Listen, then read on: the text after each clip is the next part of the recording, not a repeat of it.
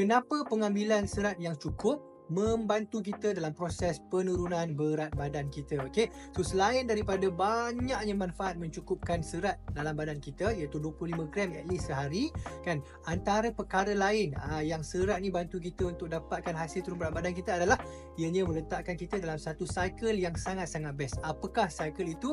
Jom kita go through. Yang pertama, ianya meletakkan kita ni dalam fasa, dalam satu state yang cepat kenyang.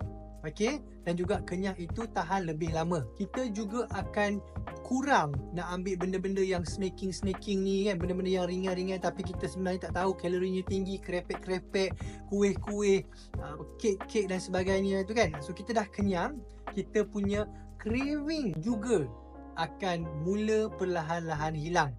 So bila itu berlaku, ianya akan membantu kita untuk kawal pengambilan kalori harian kita, dan at the end of the day, when you do that consistently, itu akan menyumbang kepada hasil penurunan berat badan anda. Jadi cukupkan serat seharian, daripada sayur-sayuran pun boleh, buah-buahan pun boleh. Every time makan, waktu lunch, pastikan pinggan tu ada sayur.